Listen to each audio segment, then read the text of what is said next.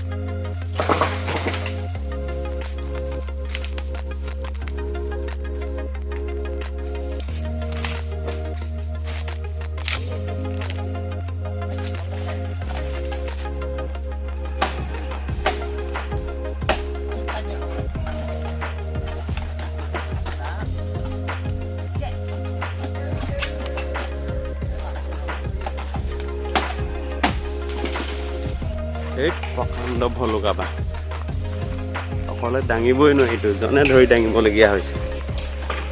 ৰাম ৰাম, কম গধুৰ নহয়, ইয়াৰ নামেই ভলুকা।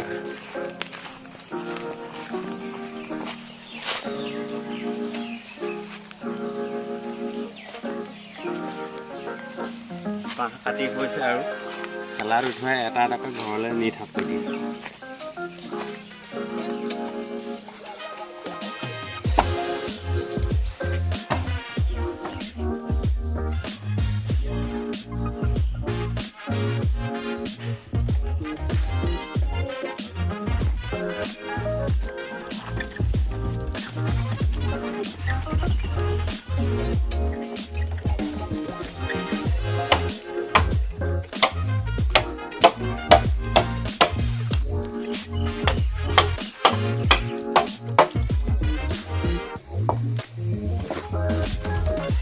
এয়া বাঁহ আহি ঘৰ পাই গৈছে। কাণ কাটিছে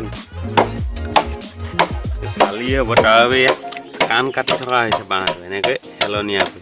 তাত বাঁহ খুৱাই দিয়া হ'ব।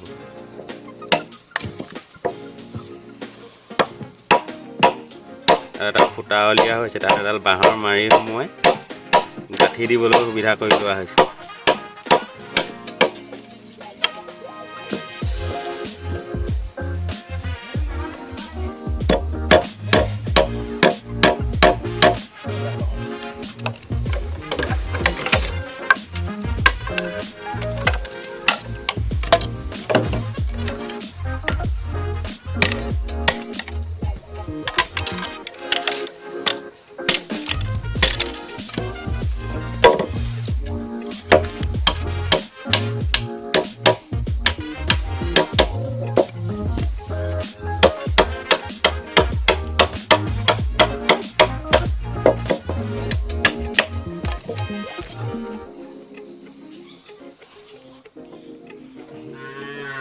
এইটো ভলুকা বাঁহৰ আখি। ইয়াক কাটি কাটি একদম মিহি আৰু সমান কৰি লোৱা হ'ব। বাঁহৰ আখিটো এনেকৈ মিহি কৰি থাকোঁতে বহুতে কি কৰে, ওপৰ ফালৰ পৰা তল ফাললৈ দাখন মাৰি দিয়ে। তাৰ ফলত প্ৰকাণ্ড চেঁচু এটুকুৰা ওলাই যায়। তেনে কৰিলে বাঁহটো জোৰ কমে। সেইবাবে তল ফালৰ পৰা সদায় মিহি কৰিব লাগে।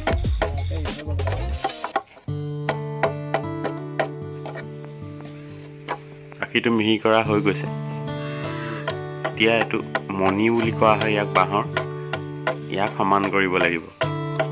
যিমানলৈকে বাঁহটো ফুটা হ'ব, সেই অংশলৈকে এই মণিবিলাক কাটি কাটি কাটি মিহি কৰি ফুটা হ'ব। এতিয়া পিছত পুৰণা হ'লে ফুটাবোৰ উঘালিবলৈ বহুত সুবিধা হয়। এইটো নাকাটি যদি থৈ দিয়া হয়, তেন্তে বাঁহটো উঘালোতে বহুত সমস্যা হয়।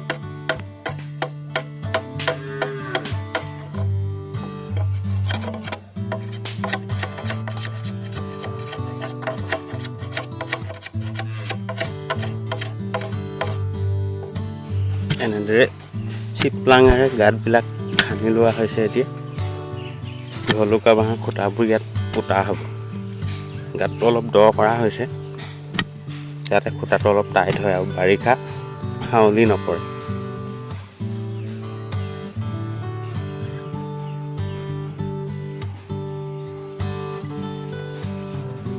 আৰু এয়া আহি পাই গ'ল গৰম গৰম চাহ।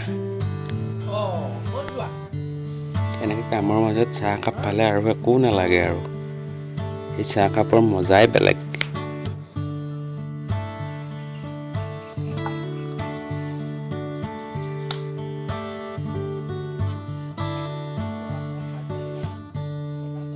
খুঁটাবিলাক পোতা ইতিমধ্যে হৈ গৈছে।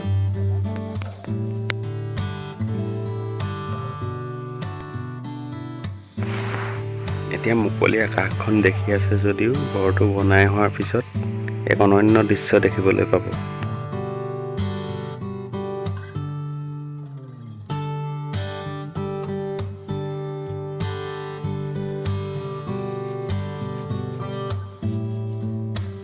তামোল গছ কাটি ফালি লৈ এনেদৰে তলৰ ছালখনত লগাই থকা হৈছে। সম্পূৰ্ণ ছালখন তামোল গছ ফালি এনেদৰে লগোৱা হ'ব।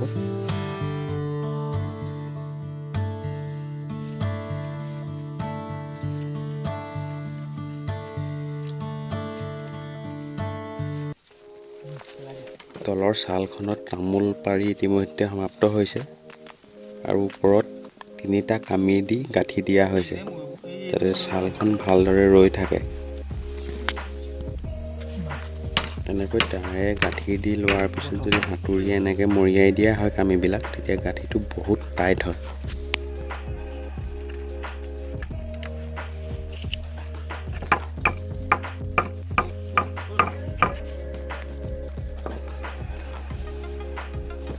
তলৰ ছালখন বনাই হৈ গৈছে। সম্পূৰ্ণ তামোল দিয়া হৈছে, তলত ভলুকা বাঁহৰ 3ডাল গুৰি দি।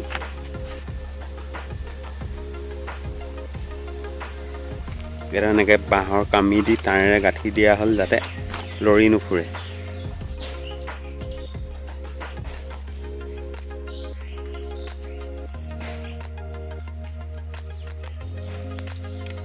বাঁহৰ খুঁটাৰ ওপৰত ইতিমধ্যে মাৰলিকেইটা লগোৱা হৈ গ'ল। তাঁৰেৰে গাঁঠি দি দিয়া হৈছে যাতে টাইট হৈ থাকে। পদ্ধতিটো কিছু চমুৱাই অনা হ'ল, যিহেতু বতৰ বৰ ভাল নহয়, বৰষুণ হোৱাৰ সম্ভাৱনা আছে। সেইবাবে এই মাৰলিকেইটাৰ ওপৰতে ডাইৰেক্ট টিং উঠোৱা হ'ব।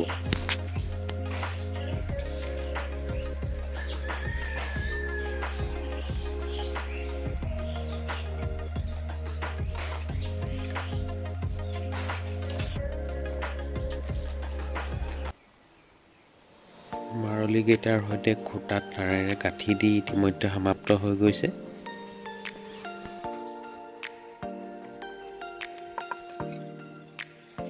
এনেকৈ ফালি লোৱা তামোলবিলাকত ড্ৰিল মেচিনেৰে ফুটা কৰি লৈ ইয়াত গজাল মাৰি দিয়া হৈছে বাঁহৰ খুঁটাবিলাকত চাৰিওফালৰ। ইয়াত যিহেতু খেৰ ৰখা হ'ব, সেইবাবে চাৰিওফালে বাঁহেৰে নিৰ্মাণ কৰা ছাল দিয়া হ'ব। আৰু সেইবাবে যদি খুঁটাবিলাকত এনেদৰে কিবা এটা ছাপৰ্ট দিয়া হয়, তামোল বা বাঁহ কিবা সামগ্ৰী দি, তেতিয়া বাঁহৰ ছালকেইখনে বহুত ছাপৰ্ট পাব।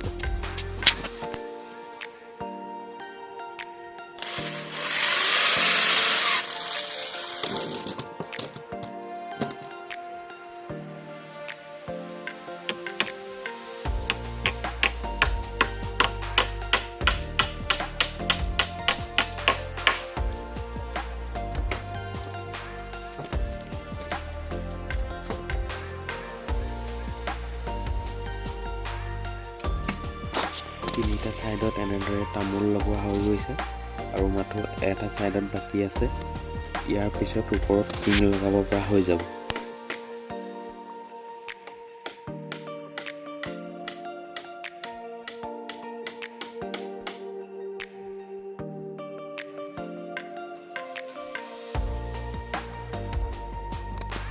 ওপৰত টিং লগোৱা কাম ইতিমধ্যে আৰম্ভ হৈছে। বেছি সময় নালাগে এইটো কামত।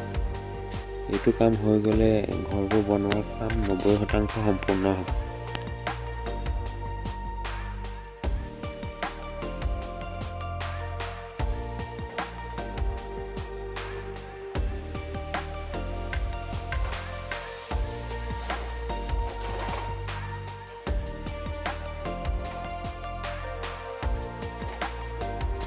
ওপৰত টিং লগোৱা কামো সম্পূৰ্ণ হ'ল। আগফালে আৰু পিছফালে টিঙৰ জোখবিলাক মিলাই থকা হৈছে।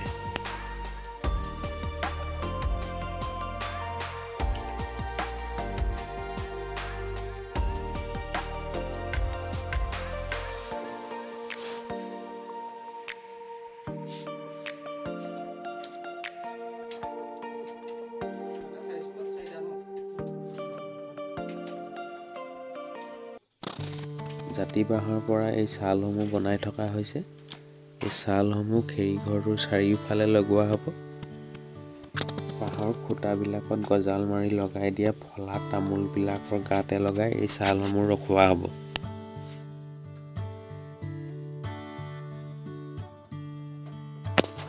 বাঁহৰ চালসমূহ লগোৱা কাম ইতিমধ্যে আৰম্ভ হৈছে। চাৰিওফালে এনেকৈ 4খন চাল লগোৱা হ'ব আৰু এফালে মানুহ ওলোৱা সোমোৱা কৰিবলৈ এটা সৰু বাট ৰখা হ'ব।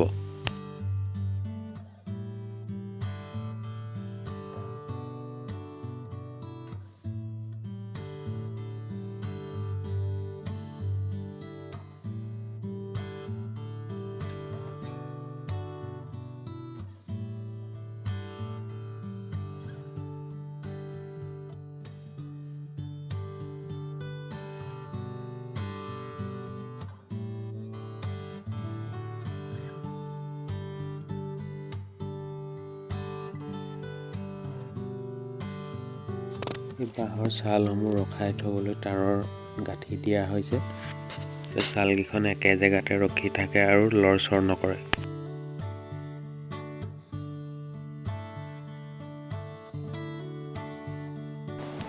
দুদিনজোৰা সামূহিক প্ৰচেষ্টাৰ অন্তত অৱশেষত খেৰ থ'বলৈ নিৰ্মাণ কৰা ঘৰটোৰ কাম সম্পূৰ্ণ হৈছে। ঘৰটোত মানুহ উঠিবৰ বাবে তামোলসমূহ এইটো অংশত কটা নহ'ল আৰু তলত দুটা খুঁটা পুতি এডাল বাঁহৰ ধাম দিয়া হৈছে যাতে মজবুত হৈ থাকে। ঘৰটোৰ ভিতৰত কিছু খেৰ ইতিমধ্যে সুমুওৱা হৈ গৈছে, যিহেতু বতৰ বৰ ভাল নহয়। ভিডিঅ'টো চাই কেনে পালে জনাব। আমাৰ চেনেলটো ছাবস্ক্ৰাইব কৰিব, ভিডিঅ'সমূহ লাইক কৰিব, শ্বেয়াৰ কৰিব। অতি সোনকালে এটি নতুন ভিডিঅ' লৈ আপোনালোকৰ সন্মুখত পুনৰ উপস্থিত হোৱাৰ প্ৰতিশ্ৰুতিৰে ধন্যবাদ। শুভৰাত্ৰি।